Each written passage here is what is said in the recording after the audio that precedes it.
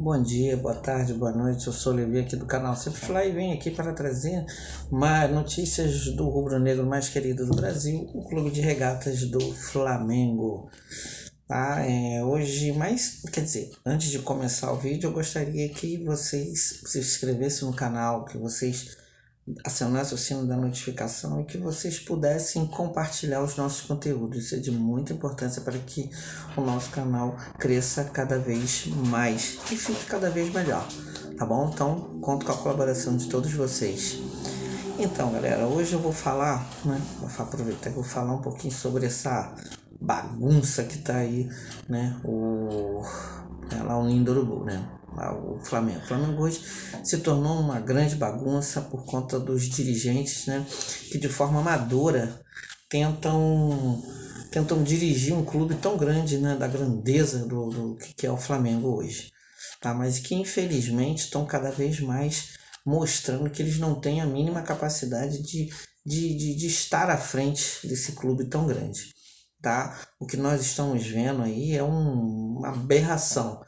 É uma coisa sem lógica. Manter um técnico despreparado no cargo é no mínimo uma insanidade dessa diretoria, né? Paulo Souza, ele deveria ter sido demitido lá no final do Campeonato Carioca, né? Quando o Flamengo conseguiu a proeza de perder para o Fluminense aquela final, um campeonato falido, um campeonato que tinha o nível técnico muito ruim e o Flamengo de uma forma bizonha, né, de uma forma que a gente viu que, né, muito ruim, conseguiu perder aquela final.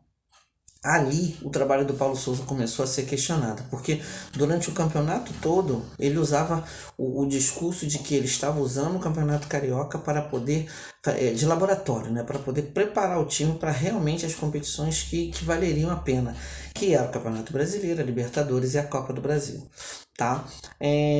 Muitas pessoas, né, tanto da mídia como populares, compraram essa ideia, acharam que o Paulo Souza realmente deveria usar o Campeonato Carioca para poder preparar o time para as competições que realmente interessavam a grande massa da torcida, tá?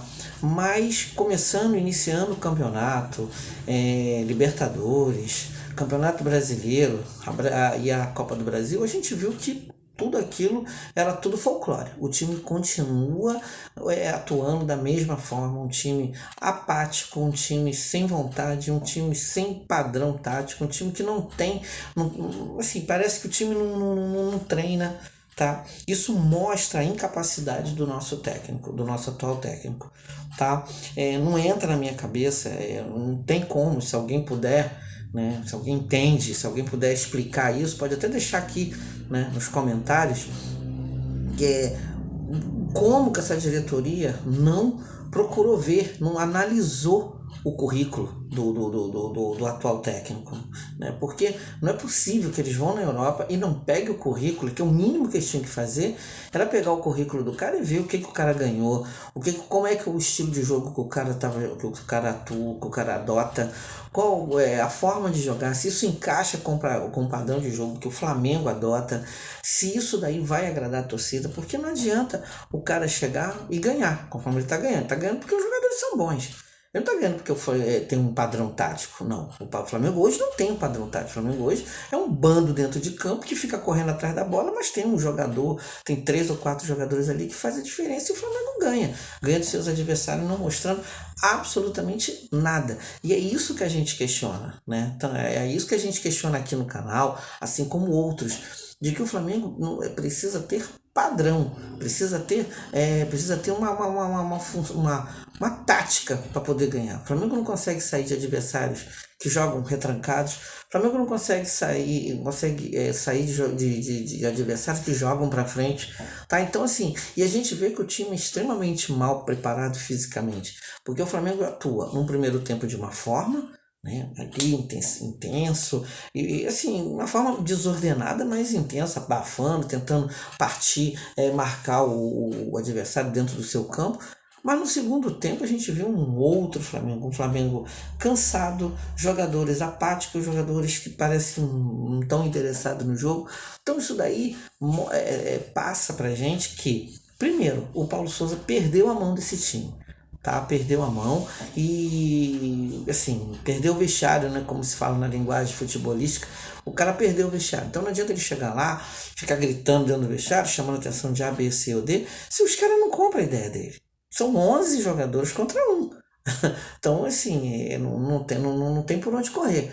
Se o time não entender o que ele quer passar, não adianta que o time não vai conseguir transformar isso num bom futebol. E é o que está acontecendo. O Flamengo não consegue transformar as ideias de Paulo Souza num futebol vistoso.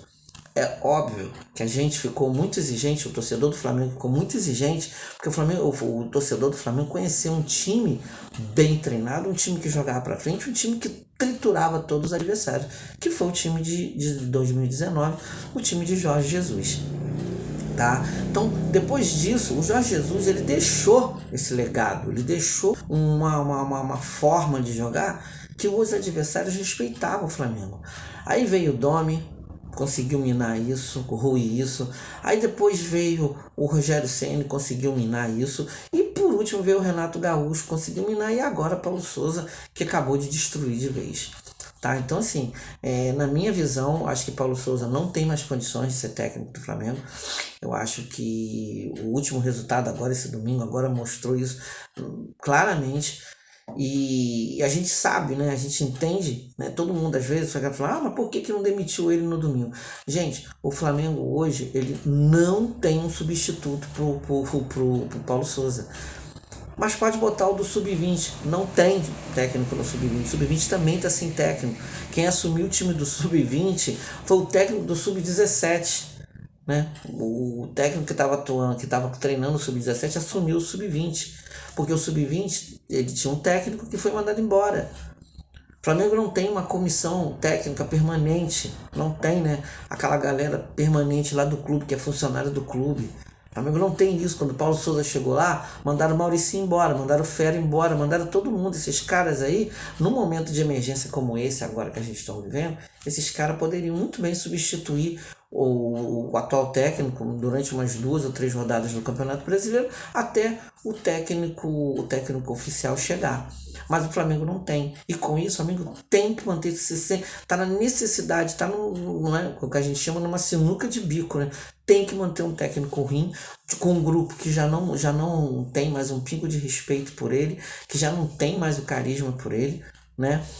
E o Flamengo pega uma sequência, né, de 2 jogos agora fora de casa muito ruim, pega um Bragantino em crise precisando se restabelecer e pega um Internacional em ascendência, tá? Então assim, se o Flamengo não tomar as devidas providências, se a diretoria que cometeu a maior falha de todas as falhas que eles cometeram, a maior de todas na minha visão foi eles não ter contratado o Jorge Jesus quando ele veio aqui no mês passado, no mês retrasado, em abril, quando ele esteve aqui há 2 meses atrás.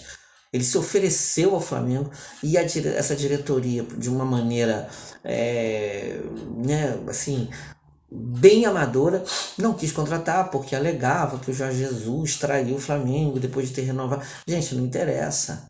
Não interessa se o cara saiu daquela forma. O que interessa é que ele fez um bom trabalho e ele estava aqui disponível a voltar novamente.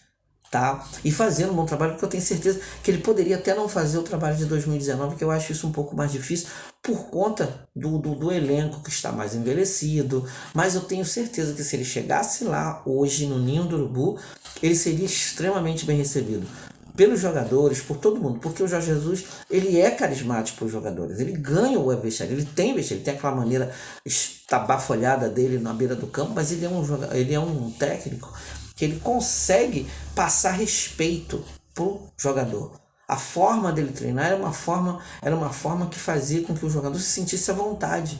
Ele botava os jogadores na posição onde os jogadores se sentem mais à vontade. Coisa que Paulo Souza não faz. Tá? Paulo Souza inventa certas coisas que, né, acho que nem ele mesmo entende.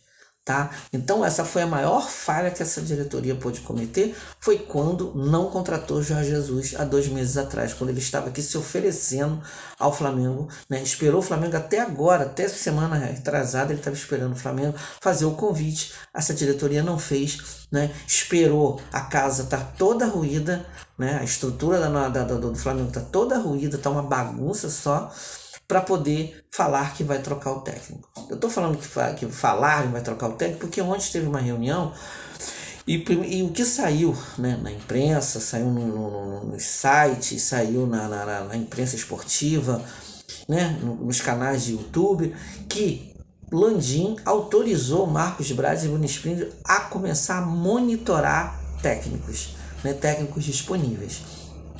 Tá? No Brasil se falava muito de Cuca, né? No Brasil aqui se falava muito que Cuca poderia ser esse nome para poder assumir o comando técnico do Flamengo.